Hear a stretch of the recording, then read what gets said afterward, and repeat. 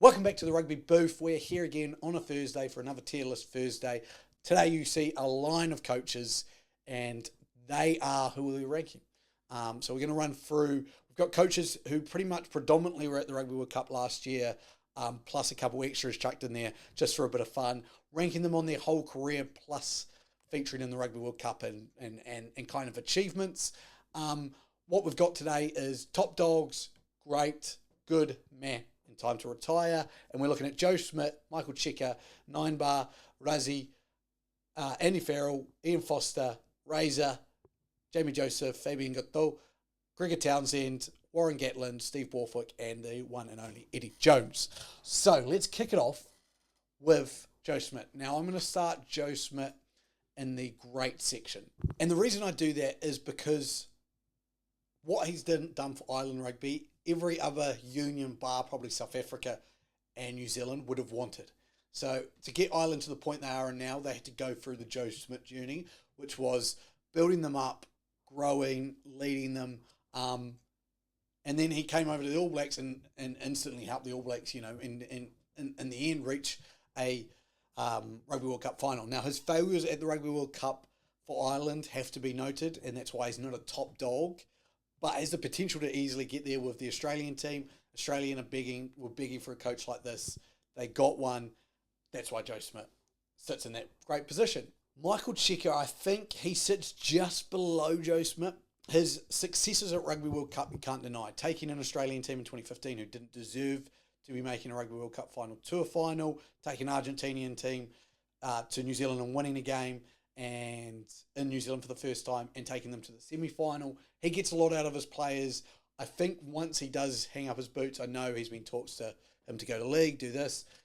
He will go down as one of the more undervalued coaches. Like, we've just underappreciated, I'd probably say is the better word. That what he's delivered for the teams he's coached has been outstanding. So he goes in the great. I think it's not enough to take him to a top dog because his actual winning of trophies probably isn't that high. But what he's done for those nations and those teams, he clearly gets a lot out of the players. Mr. Ninebar, yeah, look, it's a tough one.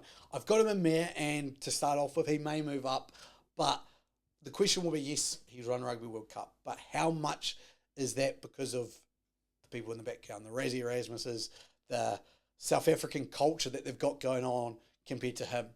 I'm going to move him to good. He won a Rugby World Cup. You can't say he's not a good coach.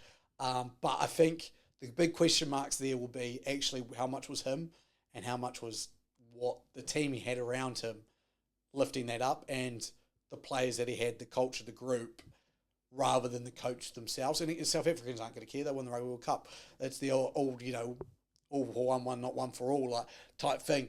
So they'll never, the one's not the bigger than the whole equation there. So, he's good because he's won the Rugby World Cup, but how good was he? I don't think we'll ever really know that. Top dog number one, Rassie Erasmus. Look, by far one of the best coaches. Obviously a very interesting coach. Sits on the edge, does a lot of, I don't want to say flamboyant, not the right word, but is controversial, I'd say, in some of his views, some of the things he's done. But I'm not here making a tier list on controversy of coaches. I'm here making it on coaches' ability, coaches' records, coaches being coaches. And we all know Rassie is a top dog. Like, even in New Zealand, a South African coached, Rassie Erasmus coached South African team is going to be a pretty bloody good team. So he has to be a top dog. Mr. Farrell, a really tough one. Obviously, he's come in, done really well with the Ireland team he's got. I've got him in good, and I think because of the team that they're doing, the ability they've got, the only thing that's holding him back is a Rugby World Cup. And he had his first one, had an opportunity with the best team in the world and couldn't deliver Rugby World Cup success, couldn't even get them past the quarterfinals. You sit there and you go, it is what it is. He's a good coach, has the potential to be a lot better, and I think over time will move up this list. Ian Foster. Now, I'm taking off my All Blacks, biased glasses, and I'm going to go, he's a meh coach. Now, Ian Foster understood his role and understood what he was trying to achieve for New Zealand and in this Rugby World Cup cycle, and that was a very South African outlook where, you know, the end goal was bigger than the means to the goal, which was the end goal was a Rugby World Cup win. Even if that means sitting at a lower percentage during a Rugby World Cup cycle, as South Africa says, as Rassie has said, is it that big of a deal if in the end you win a Rugby World Cup? I think Ian Foster noticed that and said, look, I've got one chance to win a Rugby World Cup. I'm going to give it my all. Did everything he could to get there, but along the way, obviously made some enemies. And I go, was it him who did that? Or was it the changes he made and changes New Zealand Rugby made? Brought in Joe Smith, who's, as we consider, a great close. Had to change his coaching lineup from the one that he first hired when he was first hired. So I kind of go, this is another, 9-bar question where, is it the people around him that did the job or is it actually him? For me, he wasn't a good enough coach in there, didn't get the job done. He goes into meh. Razor Robinson is really hard. Obviously, if you're talking just about Super Rugby, he goes into top dogs because of the amount of trophies he's won. If we're talking about international rugby, well, we can't put him in time to retire because he's just started. But is he here? I think he's good. I'm not going to put him over Andy Farrell because he just hasn't had that international experience. And we're gonna see it again. He's like Andy Farrell, where it's that potential to go up to great and top dogs, but not there yet.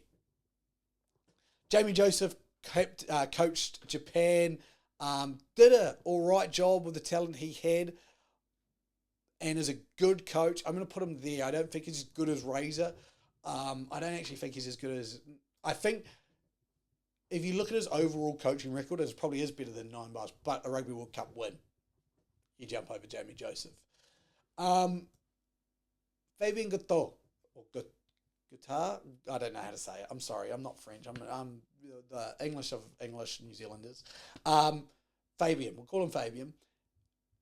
I haven't actually rated him as highly as many others did. And France went into, as favourites, into the Rugby World Cup and fell out in the quarterfinals. They'll sit there and blame the refs. In the end, you had a job to do, you didn't do it. We've seen how in Six Nations they've started to crumble. I don't rate him as highly as many other people do, or as many other outlets, or as many other rugby pundits do. And I think because of that, he sits a meh for me. Is he better than Ian Foster? Yeah, right. He is. He is, but I'm not that much better. And I wouldn't put him above Jamie Joseph. Gregor Townsend, good coach. My issue with Gregor Townsend, Scotland have a lot of talent in their team. They've won a lot of games recently in the last few years, specifically against England, winning a lot of Calcutta Cups. Calcutta Cups are not the end-all, be-all. Scotland should have had a Six Nations at this time, in my belief. And he hasn't delivered that, and I don't think that's good enough. And that's why I put him in there. I think, again, if they had a better coach in Scotland right now, they could have been talking about a Six Nations win. It's tough to say, but I believe that. I truly believe that. I will be happily argued against that point if you think he's better. Is he better than Jamie Joseph? Maybe, but I'm not sure. I just think he's got a really talented Scotland team that should be beating England. Does that mean he's a good coach? Warren Gatland, he's another one of the top dogs. Let's not lie. Three Lions tours, I believe, 2 wins, 1 draw, 1 win, 1 loss. With what he did with Wales at that time with Wales, they were incredibly dominant, won a lot of Six Nations. I think will go down as one of the best coaches in world rugby. Is in the battle seat at the moment, trying to hang on with Wales and get them through a tough time, and even to take that job, I think is honourable. Will it ruin his legacy? I don't know. I really don't know. But for me, he's one of the top dogs. Steve Borthwick, I'm going to go meh, only because we don't know yet. He's come in a very hard position, got England to a semi-final, which neither of these two would... I'm going to put you there. Neither of these two managed to do. Also, was pushing in the Six Nations. There's some talent on this roster. There's some talent in this man, I think, and I think give him time and he'll move up to good. I don't think he's in the realm of these two yet, but he's very close to getting up there. He's very close. Now, maybe the most controversial one, Eddie Jones. Okay, so when we're talking about Eddie Jones of England, when they were on that run, he was a great coach. The first Aussies, he was probably a top dog. Japan, Aussie, South Africa, all of that stuff was around this area. England coach, started to drop with England, had the Australian disaster, and now he's at Japan. I'm putting him here. Right bang smack in the middle, I think.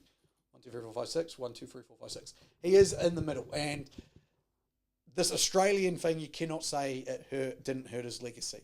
And even if Australia turn it around now, he's going to sit there and act like it was something because he did something.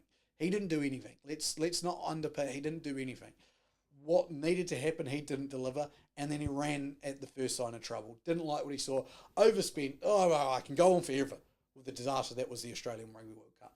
But he's had a very good winning record previously. Did some fantastic things in Japan already. Did some fantastic things for England. You know, I think it was the highest win percentage of any English coach. Obviously had some issues towards the end of that English time and rightfully was then moved on. And then the Australian disaster. You look at all those coaches below him, you go, right now, would you take him over all of them? I would take them over. I would take him as a coach probably over everyone bar Borthwick at the moment. I think Borthwick's the only one I would take over Eddie Jones. And I look above him and I go, no one I would take. Razor's the only one you could question that you'd take at a different time to Eddie Jones, if you know what I mean. So, like, say this was even 10 years Eddie Jones, I would still take the rest of them. It's hard to say, but you know what I mean. So that's where I rank these lads. I think it's a really interesting time for rugby world. You've got these three on the way up. You've got this one rebuilding with this one and this one. Oh, my God. Yeah, there's a lot going on. So I'd be fascinated to hear your thoughts on where you would rank these coaches. I don't think any of them have to retire yet, but some of these ones are struggling at the moment. But I'd love to hear your thoughts. I've been Luke from the Rugby Booth. If you like these videos, please make sure to like and subscribe. For now, I will see you later. Goodbye.